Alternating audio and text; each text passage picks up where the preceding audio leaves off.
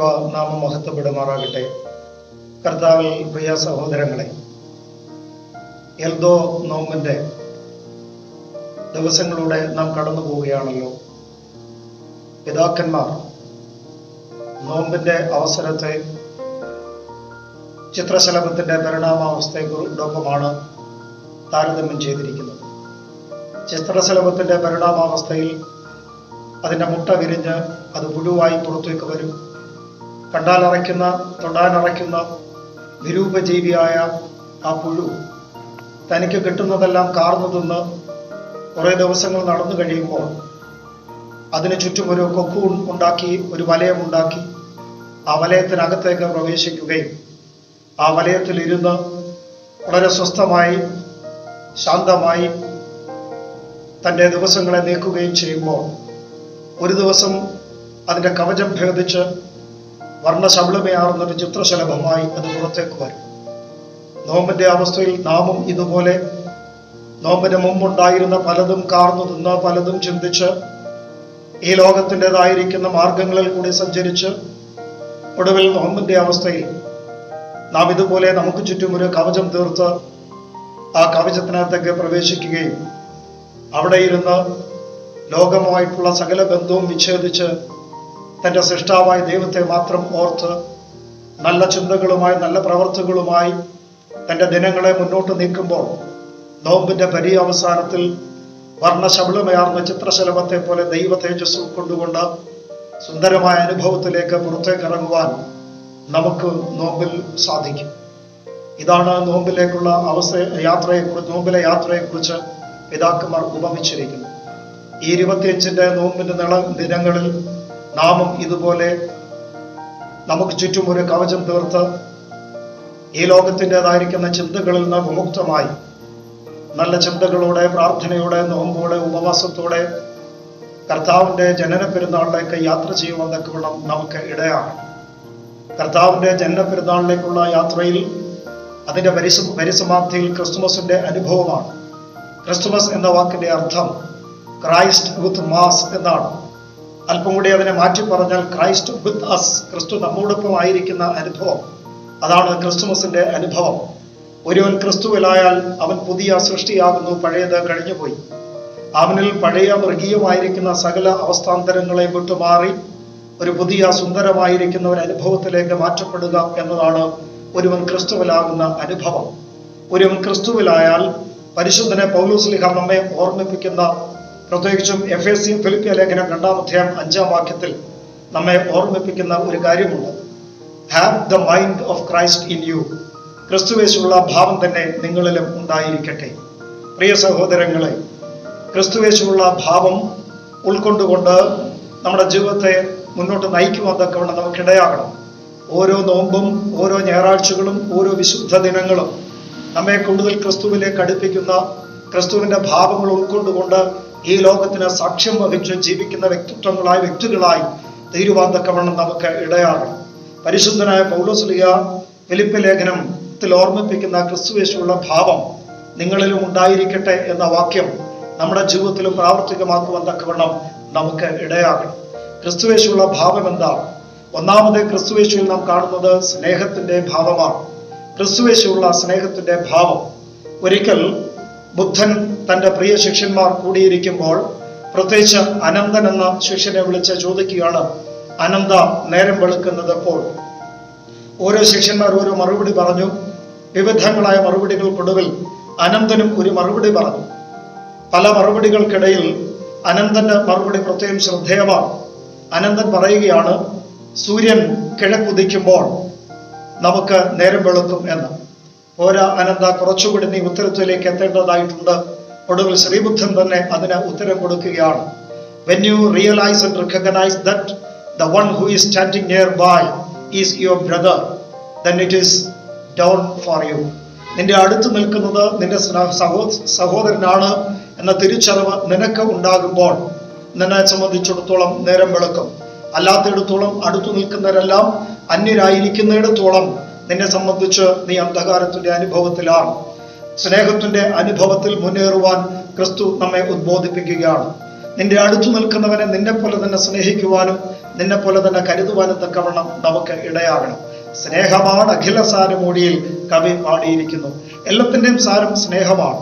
പ്രിയ സഹോദരങ്ങളെ, നമ്മുടെ ജീവിതത്തെ ഒന്ന് എടുത്തു നോക്കിയാൽ ഈ ഒരു ആത്മാർത്ഥമായ സ്നേഹം നമുക്ക് കാണുവാൻ സാധിക്കുമോ? നിന്റെ അടുത്തു നിൽക്കുന്നവന്റെ വേദനകളെ അറിയുവാൻ നിനക്ക് സാധിക്കുന്നുണ്ടോ?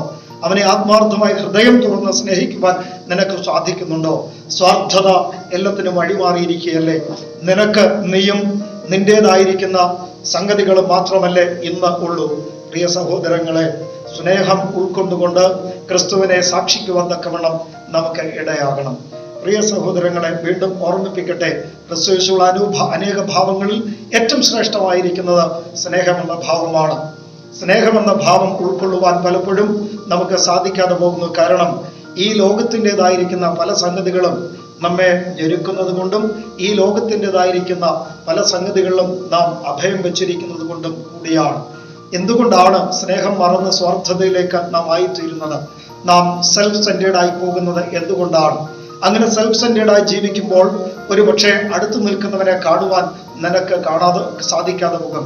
അടുത്തു നിൽപ്പോർ അനുജനെ കാണാൻ അക്ഷികളില്ലാത്തവർക്ക് അരൂപനീശ്വരൻ അദൃശ്യനായതിൽ എന്താശ്ചര്യം എന്ന കവി വീണ്ടും ചോദിക്കുകയാണ്.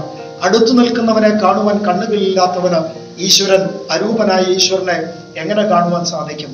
എന്റെ അടുത്ത് നിൽക്കുന്നവനെ മനസ്സിലാക്കുവാൻ ഇടയാകണം. എല്ലാം സ്വാർത്ഥതയുടെ അനുഭവത്തിലാണ് പോകുന്നത്. തോമസ് ഹാർഡിയുടെ പ്രസിദ്ധമായ ഒരു കഥയുണ്ട്.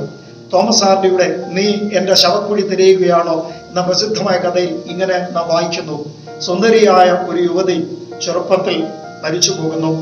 അവളുടെ ശവസംസ്കാരം കഴിഞ്ഞ് 2 ദിവസം കഴിയുമ്പോൾ ആ കല്ലറയിൽ കിടന്ന് അവൾ ഇങ്ങനെ പല ചിന്തകളുമായിട്ട് പോകുമ്പോൾ, അലിഗോറിക്കലിയാണ് പറയുന്നത്, പല ചിന്തകളുമായിട്ട് അവൾ പോകുമ്പോൾ അവളുടെ ശവക്കുഴി ആരോ മാന്തുന്നത് പോലെ അവൾക്ക് തോന്നി. അവൾ അവിടെ കിടന്ന് ചിന്തിക്കുകയാണ്, ഒരു പക്ഷേ അത് എന്റെ കാമുകനായിരിക്കാം, എന്നെ തേടി വരുന്നതായിരിക്കാം. ഞാൻ മരിച്ചതിലുള്ള ദുഃഖം അവന് അഗാധമായിരിക്കാം, അവൻ എന്നെ തേടി വരുന്നതായിരിക്കാം. കുറച്ചു കഴിഞ്ഞപ്പോൾ അവൾ പറയുകയാണ്, ഒരുപക്ഷെ അതെന്റെ കാമുകനാകണമെന്നില്ല, അവന് മറ്റൊരാളിനെ ലഭിച്ചിട്ടുണ്ടാകാം, എന്നെ മറന്നുപോയിട്ടുണ്ടാകാം. വീണ്ടും അവൾ ചിന്തിക്കുകയാണ്, ഒരുപക്ഷെ അതെന്റെ പിതാവാണെങ്കിലോ, എന്നെ ഏറ്റവും സ്നേഹിച്ചിരുന്നത്, ലോകത്തിന്റെ ഏറ്റവും അധികം സ്നേഹിച്ചിരുന്നത് എന്റെ പിതാവാണ്. ആ പിതാവ് എന്നെ തേടി വരുന്നതാണെങ്കിലോ ചിന്തിക്കുകയാണ്. പിന്നീട് വീണ്ടും അവൾ ചിന്തിക്കുകയാണ്, അതെന്റെ പിതാവായിരിക്കണമെന്നില്ല, അദ്ദേഹത്തിന്റെ വിവിധങ്ങളായ തിരക്കുകളിൽ എന്നെ മറന്നുപോയിട്ടുണ്ടാകാം. വീണ്ടും അവൾ ചിന്തിക്കുന്നു, അതൊരു പക്ഷേ എന്റെ വളർത്തുനായ എന്നെ തേടി വരുന്നതായിരിക്കാം. അവളുടെ ഊഹം ശരിയായിരുന്നു. ആ ശവക്കുഴി മാന്തിയത് അവളുടെ വളർത്തുനായ ആയിരുന്നു. അവൾ ആ നായോട് പറയണം, ഓ നീയെങ്കിലും എന്നെ തേടി വന്നുവല്ലോ. ഉടനെ നായ പറയുന്നു, ഞാൻ നിന്നെ തേടി വന്നതല്ല, വരും വഴിക്ക് എനിക്കൊരു അസ്ഥികഷ്ണം കിട്ടി, അത് പിന്നീട് ഭക്ഷിക്കുവാൻ വേണ്ടി, ഇവിടെ സൂക്ഷിക്കുവാൻ ഞാൻ കുഴി മാന്തിയതാണ് എന്ന് പറയുന്നു. ആ നായയും കടന്നു പോകുന്നു.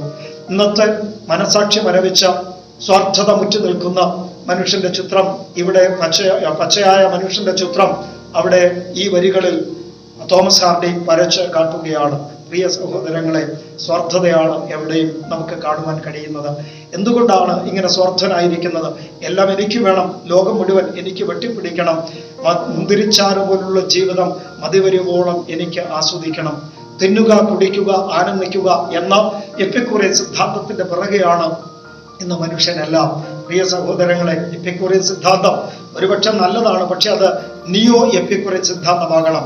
തിന്നുക, കർത്താവിന്റെ ശരീരം തിന്നുക, കുടിക്കുക, കർത്താവിന്റെ രക്തം കുടിക്കുക, ആനന്ദിക്കുക, കർത്താവിൽ ആനന്ദിക്കുക, കർത്താവിനെ ഭക്ഷിക്കുക, കർത്താവിനെ പാനം ചെയ്യുക, കർത്താവിൽ ആനന്ദിക്കുക എന്ന നിയോ എപ്പിക്കൂറിയൻ സിദ്ധാന്തമായിരിക്കട്ടെ നമ്മുടെ ആപ്തവാക്യമായി നാം കുറിക്കെടുക്കേണ്ടുന്നത്. മറ്റുള്ളവനെ ആത്മാർത്ഥമായി സ്നേഹിക്കുവാൻ നമുക്കിടയാകണം. സ്വാർത്ഥത വെടിഞ്ഞ് അടുത്തു നിൽപ്പോർ അനുജനെ, സ്വന്തം അനുജനെ പോലെ അടുത്തു നിൽപ്പോർ അനുജനെ കണ്ണു തുറന്ന് കാണുവാനും അവനെ ഹൃദയം കൊണ്ട് സ്നേഹിക്കുവാനും തക്കവണ്ണം ഇടയാകണം. അവനെ സ്നേഹിക്കേണ്ടുന്നത് ഹൃദയം കൊണ്ടാകണം, തലച്ചോറ് കൊണ്ടാകുവാൻ ഒരിക്കലും ഇടയാകരുത്. സ്വാർത്ഥത മുറ്റി നിൽക്കുമ്പോൾ കവിയുടെ വരികളാണ് ഓർമ്മ വരുന്നത്.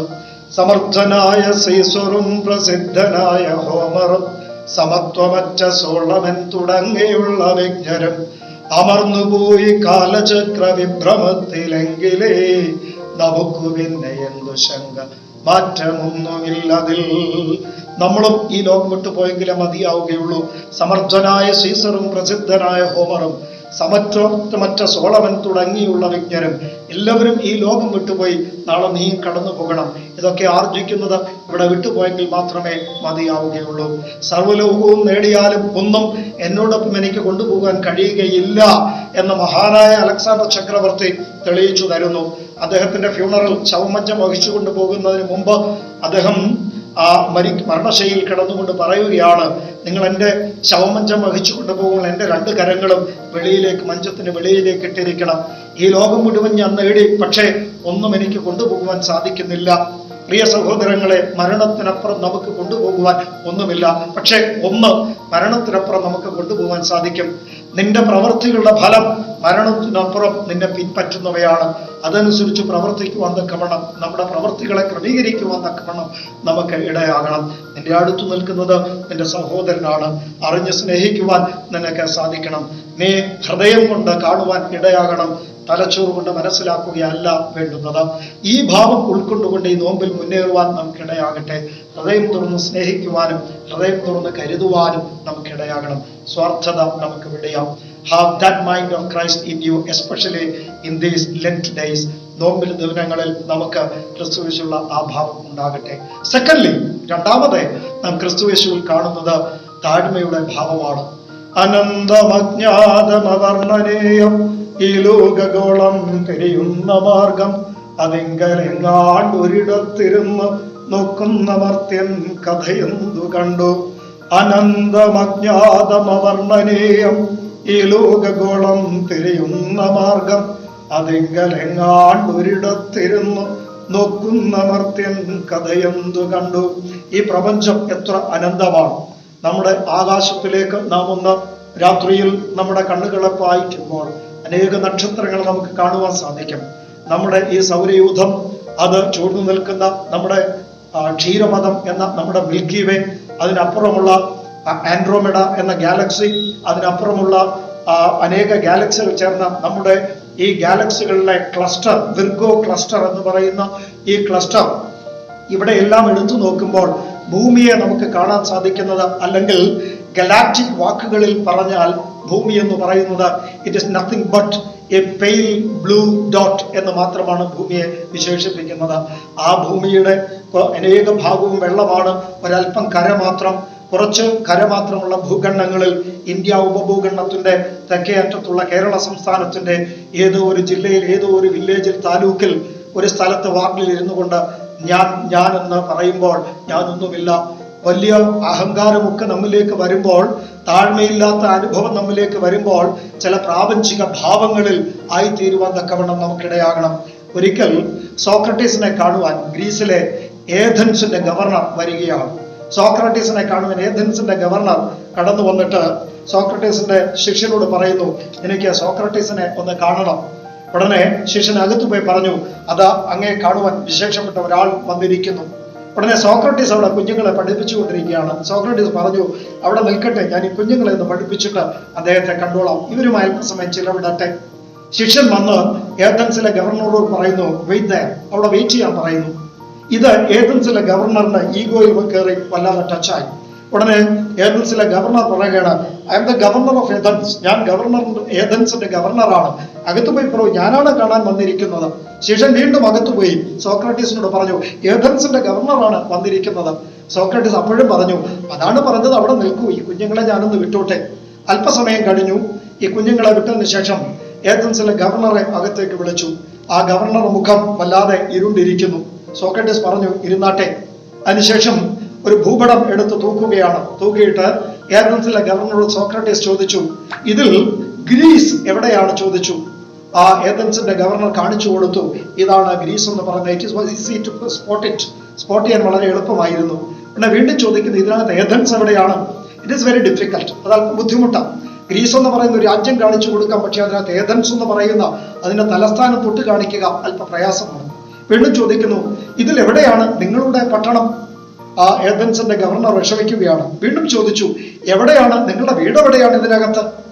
വിഷമിച്ചു. ഉടനെ പറയുകയാണ്, സർ, ഈ ഭൂപടത്തിൽ ഒരു സ്ഥാനവും ഇല്ലാത്ത നിങ്ങൾ എന്തിനാ, നമ്മളൊന്നും ഒന്നുമില്ല ഭൂപടവുമായിട്ട് താരതമ്യം ചെയ്യുമ്പോൾ, നമ്മളൊക്കെ ഇത്ര ക്ഷോഭിക്കാമോ. ഇരുന്നാട്ടെ, നമുക്ക് സംസാരിക്കാം. പ്രിയ സഹോദരങ്ങളെ, താഴ്മയുടെ ഭാവം ഉൾക്കൊണ്ടുകൊണ്ട് നമ്മുടെ ജീവിതത്തെ നയിപ്പാൻ തക്കവണ്ണം ഇടയാകണം. ഈ പ്രപഞ്ച ഭാവങ്ങളെ ഉൾക്കൊണ്ടുകൊണ്ട് പ്രാപഞ്ചിക ഭാവങ്ങളെ ഉൾക്കൊള്ളുമ്പോൾ നാം ഒന്നുമില്ലേ ഏതുമില്ലേ എന്ന തോന്നലാണ് നമുക്ക് ഉണ്ടാകുന്നത്. അതുകൊണ്ട് താഴ്മയുടെ ഭാവം ധരിക്കുവാൻ തക്കവണ്ണം നമുക്കിടയാകണം. പിതാവിനോടുള്ള സമത്വം മുറുകെ പിടിക്കണമെന്ന് വിചാരിച്ചിരിക്കാതെ തന്നെത്താൻ താഴ്ത്തി ദാസവേഷം കൊണ്ട് ഭൂമിയിലേക്ക് ഇറങ്ങി വന്ന ആ ക്രിസ്തുവിന്റെ ഭാവം ഉൾക്കൊള്ളുവാൻ തക്കവണ്ണം നമുക്കിടയാകണം. ഒന്നാമത് നാം കാണുന്നു ക്രിസ്തുവേശുള്ള സ്നേഹത്തിന്റെ ഭാവം. എല്ലാവരെയും ഒരുപോലെ സ്നേഹിക്കുന്ന ക്രിസ്തുവിന്റെ ഭാവം. അവന് ധനികനില്ല, ദരിദ്രനില്ല, പണ്ഡിതനില്ല, പാമരനില്ല, ഒന്ന് മാത്രം ദൈവത്തിന്റെ സൃഷ്ടിയെ ഒരുപോലെ കണ്ടു സ്നേഹിക്കുന്ന ക്രിസ്തുവിന്റെ ഭാവം. രണ്ടാമത് ഉന്നത ഭാവമില്ലാതെ താഴ്മയോടെ ആ ലോകത്തിലേക്ക് കടന്നു വന്ന ഏവരെയും താഴ്മയുടെ അനുഭവത്തിൽ ശുശ്രൂഷിക്കുന്ന ഹീനവേഷം കൊണ്ട് തന്നെത്താൻ താഴ്ത്തി ദാസനായി കഴുതക്കുട്ടിയുടെ പുറത്ത് യാത്ര ചെയ്യുന്ന ക്രിസ്തുവിന്റെ ഭാവം. ഈ ഭാവം ഉൾക്കൊള്ളുവാൻ തക്കവണ്ണം നമുക്കിടയാകണം. thirdly, ഒരു ഭാവം കൂടി നമുക്ക് കാണുവാൻ സാധിക്കും. ക്രിസ്തുവേശുള്ള ത്യാഗത്തിന്റെ ഭാവം. ക്രിസ്തുവേശുള്ള ത്യാഗത്തിന്റെ ഭാവം. ഒരുവന് വേണ്ടി തന്റെ ജീവനെ കൊടുക്കുന്നതിനേക്കാൾ വലുതായുള്ള സ്നേഹമില്ല എന്ന് പറഞ്ഞ തന്റെ ജീവനെ ത്യജിക്കുന്ന ക്രിസ്തുവിന്റെ ആ ത്യാഗത്തിന്റെ ഭാവം ഉൾക്കൊള്ളുവാൻ പ്രിയ സഹോദരങ്ങളെ, എന്തെങ്കിലും സഹോദരങ്ങൾക്ക് വേണ്ടിയോ മാതാപിതാക്കൾക്ക് വേണ്ടിയോ ത്യജിക്കുവാൻ നാം ഇന്ന് തയ്യാറാണോ? നമ്മുടെ കുഞ്ഞുങ്ങൾക്ക് വേണ്ടി ത്യജിക്കുവാൻ നാം ഇന്ന് തയ്യാറാണോ? പ്രിയ സഹോദരങ്ങളെ, ത്യാഗഭാവം ഉൾക്കൊള്ളുവാൻ തക്കവണ്ണം നമുക്കിടയാകണം. നമ്മുടെ വീടിന്റെ ചുറ്റുപാടുമുള്ള വസ്തു ഒന്ന് ഭാഗം വെക്കുമ്പോഴാകട്ടെ ഒരല്പം അങ്ങോട്ടോ ഇങ്ങോട്ടോ മാറിപ്പോയാൽ നമ്മുടെ ഭാവം എന്തായിരിക്കും? നമ്മുടെ മനോഭാവം എന്തായിരിക്കും? ഒരല്പം ത്യജിക്കുവാൻ, അവൻ എൻ്റെ സഹോദരനാണ്, അല്പം പോയാലും വേണ്ടില്ല, അവന് എടുത്തോട്ടെ, മറ്റാരുമല്ലല്ലോ, എൻ്റെ സഹോദരനാണല്ലോ എന്ന് ചിന്തിക്കുവാൻ തക്കവണ്ണം നമുക്ക് സാധിക്കുമോ? ദൈവം ചിരിച്ച ചില സംഭവങ്ങൾ ഉണ്ടെന്നാണ് പറയുന്നത്. അതിലൊന്ന് ഇപ്രകാരമാണ്. ഒരിക്കൽ ഭൂമി രണ്ട് സഹോദരങ്ങൾ തമ്മിൽ ഭാഗം വയ്ക്കുകയാണ്. ഒരുവൻ പറഞ്ഞു ഇത് എന്റേതാണ്, മറ്റവൻ പറഞ്ഞു അതല്ല, അതിൻ്റെതാണ്, നിന്റേതല്ല എന്ന് പറയുന്നു. ഈ അവസരത്തിൽ ദൈവം ചിരിച്ചു എന്നാണ് പറയുന്നത്. കാരണം ദൈവത്തിനറിയാം ഇത് അവൻ്റേതുമല്ല, ഇവൻ്റേതുമല്ല, ഇതെല്ലാം എന്റേതാണ്. പ്രിയ സഹോദരങ്ങളെ, പരസ്പരം ഒന്ന് ത്യാഗ മനോഭാവത്തോടെ ഒന്ന് ഇടപെടുവാൻ സാധിക്കുമോ? ചില ബന്ധങ്ങൾ നിലനിൽക്കണമെങ്കിൽ ചില ത്യാഗങ്ങളൊക്കെ സഹിക്കുവാൻ തക്കവണ്ണം നമുക്കിടയാകണം. ത്യാഗം സഹിക്കുവാൻ നമ്മൾ തയ്യാറാകുന്നില്ല. ബന്ധങ്ങൾ വല്ലാതെ വലഞ്ഞു പോകുന്നു. ഈ നോമ്പിന്റെ അനുഭവത്തിൽ കടന്നു പോകുമ്പോൾ ക്രിസ്തുവേശുള്ള ഈ ത്യാഗത്തിന്റെ ഭാവം ഉൾക്കൊണ്ടുകൊണ്ട് മുന്നേറുവാൻ തക്കവണ്ണം നമുക്കിടയാകണം. 3 ഭാവങ്ങളെ ക്രിസ്തുവിൽ നാം കാണുകയാണ്. പ്രത്യേകിച്ച് എൽദോ നോമ്പിന്റെ അനുഭവത്തിലൂടെ യാത്ര ചെയ്യുമ്പോൾ ക്രിസ്തുവിന്റെ ഭാവം ഉൾക്കൊണ്ടുകൊണ്ട് ക്രിസ്തുവിലായിത്തീരുന്ന ഒരനുഭവം, അതായിരിക്കട്ടെ ക്രിസ്മസ്. ഒന്നാമത് നാം കാണുന്നു ക്രിസ്തുവേശുള്ള സ്നേഹത്തിന്റെ ഭാവം. രണ്ടാമത് കാണുന്നു ക്രിസ്തുവേശുള്ള താഴ്മയുടെ ഭാവം. മൂന്നാമത് നാം കാണുന്നു ക്രിസ്തുവേശുള്ള ത്യാഗത്തിന്റെ ഭാവം.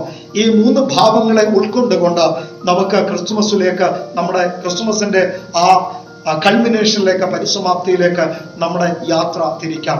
ദൈവം എല്ലാവരെയും അനുഗ്രഹിക്കട്ടെ. ക്രിസ്മസ് അനുഗ്രഹപൂർണമായി തീരട്ടെ. എല്ലാവർക്കും കർത്താവിന്റെ ജന്മപ്പെരുന്നാൾ ഒരു പുതുക്കത്തിന്റെ രൂപാന്തരത്തിന്റെ മാറ്റത്തിന്റെ അനുഭവമായി തീരട്ടെ. ദൈവം അനുഗ്രഹിക്കട്ടെ. എല്ലാ കമ്പുകളും നിറയ്ക്കട്ടെ. പ്രാർത്ഥിച്ചുകൊണ്ട് നിർത്തുന്നു. ദൈവം അനുഗ്രഹിക്കും.